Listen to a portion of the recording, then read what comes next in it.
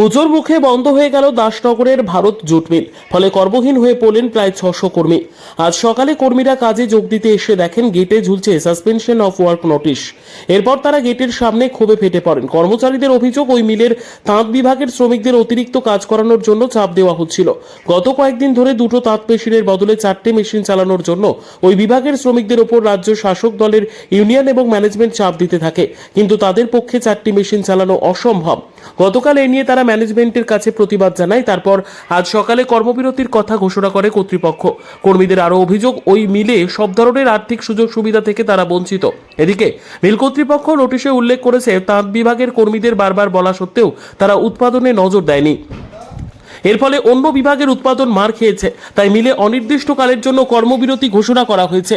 পরবর্তী নোটিশ না দেওয়া পর্যন্ত মিলের কাজকর্ম বন্ধ থাকবে।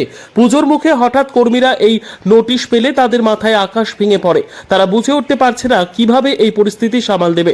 তারা চাইছেন আলোচনার মাধ্যমে মিল কর্তৃপক্ষ ফের চালু করুক মিল।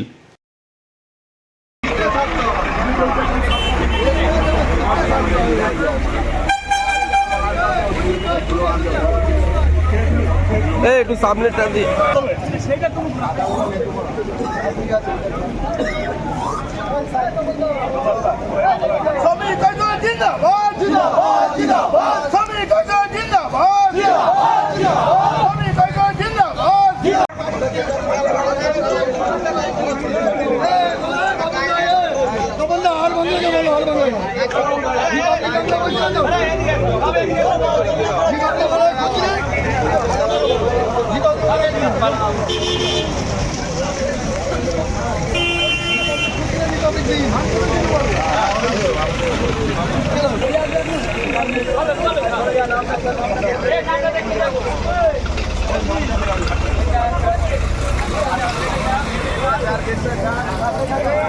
সমস্যা বলতে আমরা কাল পর্যন্ত এখানে প্রোডাকশন করেছি।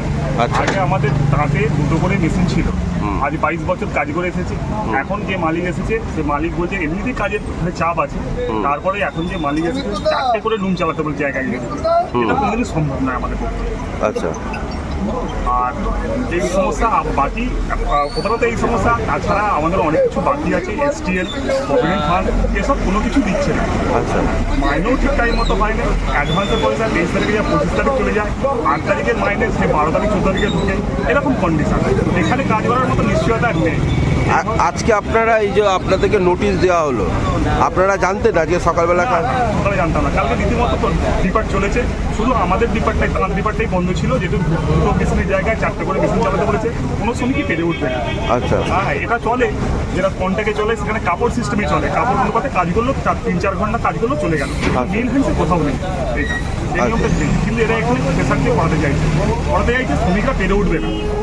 8 ঘন্টা ডিউটি, তো শ্রমিকরা পারার মতো ক্ষমতা। এই যে আজকে থেকে যে ওয়ার্কিং নোটিশ দেওয়া হলো যে আপনাদের কাজ চলে গেছে, আপনারা কি করবেন? আমরা এখানে যে কাটবো, এখানে যা অবস্থা যদি আবার পুনরায় মতো না যদি ফেরে, দুটো মেশিন যদি না ফেরে, আমাদের বৃহত্তর আন্দোলনে যেতে হবে। এছাড়া আমাদের উপায় নেই। এটা পেটের ব্যাপার। হ্যাঁ, অনেক মানুষেরই সংসার আছে। কেউ এর বাইরে অনেক দোকানপাট আছে, তাকে চলে এই জুট মিলের ভিত্তিতে। হ্যাঁ, আমাদের বৃহত্তর আন্দোলনে যেতে হবে। আপনার নাম? বিমান মান্না। বছর রিটায়ার হয়ে গেছে, কোনো পেনশন নেই, গ্র্যাজুইটি নেই। হ্যাঁ, এখানে রাজ্য সরকার দালালি করে মিলটা দিয়েছিল। এখানে শাসক দলের ইউনিয়ন পুরো দালালি করছে, শ্রমিককে গিয়ে চাপ দিচ্ছে 4টে করে মেশিন চালাতে হবে।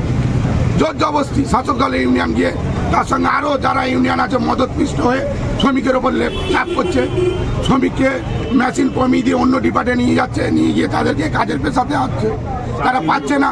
যা 2 বছর বাকি আছে তাকে বলছে স্প্রিংয়ে কাজ শিখতে হবে। সে কোথায় কাজ শিখবে? তারা 56 বছর বয়স হয়ে গেলে 2 বছর পরে রিটায়ার হবে, বিনা পয়সায় কাজ শিখতে হবে। এইরকম অবচাপ দিয়ে মিলটা যাতে বন্ধ করে দিই, আমরা ফ্ল্যাট বানাবো। মিলের ভেতরে প্রচুর গাছ ছিল, বড় বড় সব এই 15 দিনে কাটা হয়ে গেল, পুরনো 15 গাছ। আপনি যদি ভেতরে ঢোকেন তাহলে দেখতে পাবেন 100 বছরের বড় গাছ, আম গাছ, জাম গাছ সব কেটে দেওয়া হয়েছে বেআইনিভাবে। আপনারা বন দপ্তরে জানিয়েছিলেন? আমরা বন দপ্তরে জানিয়েছিল, বন দপ্তর থেকে এসেছিল, তারা এসে কি বললো কি করলো, আবার 15 দিন বাদে গাছ কাটা আরম্ভ হয়ে গেল। 3 দিন পরে। আজকে যে নোটিশ দেওয়া হলো কি কারণে? আমরা তো জানি না, তাঁতঘরকে চাপ দিয়েছিল, আমরা এদিকে কাজ করছিলাম সব। আজকে কালকে রাত্রে শুয়েছিলাম, ডিউটি এলাম, দেখছি ফাঁসি হয়নি, এসে দেখছি নোটিশ লাগিয়ে দিয়ে। এতে সরকার পক্ষ পুরো মতো এরা এইভাবেই মিলটা চাপ দিয়ে চালাতে চাইছে সরকার পক্ষ। আজ বন্ধ করে দিল তো, বন্ধ করে দিল, শ্রমিক এখন পথে পথে ঘুরবে। আমরা এরপরে দেখবো, যদি না হয় আমরা অনশন করবো গেটের সামনে, আমরা বৃহত্তর আন্দোলনে যাবো, আমরা অনশনে বসবো যতক্ষণ না সরকার পক্ষ থেকে এসে ডিএলসি থেকে এসে আলোচনা করে, প্রশাসন থেকে, আমরা গেট থেকে উঠবো না। আমরা এইটাই সিদ্ধান্ত নিয়েছি, আমরা অনশনে লাগাতার অনশন চলবে।